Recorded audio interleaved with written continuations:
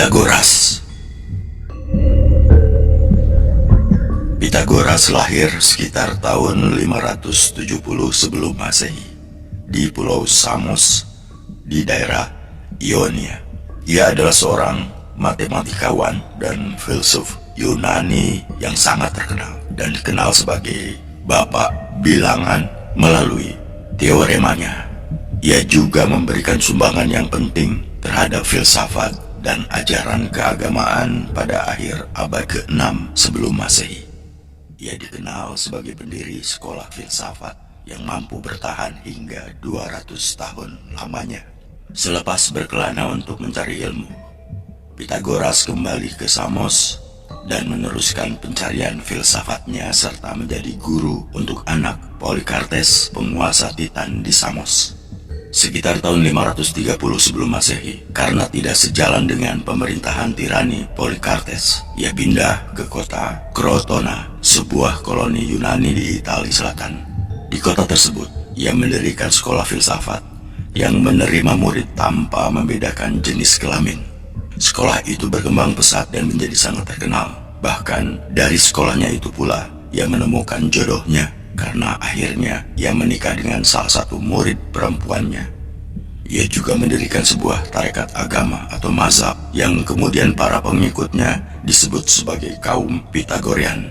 Mazhab Pitagorian menganggap filsafat dan ilmu pengetahuan sebagai jalan hidup serta sarana supaya setiap orang menjadi tahir atau suci sehingga luput dari perpindahan jiwa yang terus-menerus. Di kemudian hari, pengikut Pitagoras berkembang menjadi dua aliran. Aliran pertama disebut akusmatikoi atau berasal dari kata akusma yang berarti apa yang telah didengar dan peraturan. Pengikut aliran ini mengindahkan penyucian dengan menaati sebuah peraturan secara seksama. Sedangkan aliran kedua disebut matematikoi berasal dari kata matesis yang berarti ilmu pengetahuan. Pengikut aliran ini mengutamakan ilmu pengetahuan, khususnya ilmu pasti.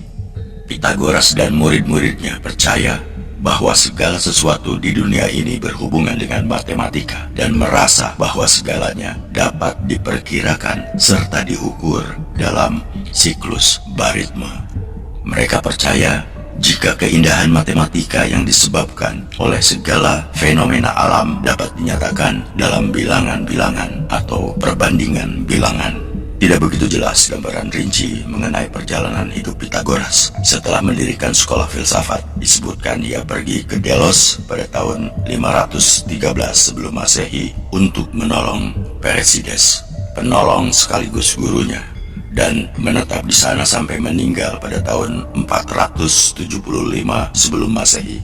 Sepeninggalnya dari Kroton, sekolah filsafat yang ia dirikan berjalan terseok-seok dan banyak terjadi konflik internal, namun dapat terus bertahan hingga 500 sebelum Masehi sebelum akhirnya menjadi alat politik.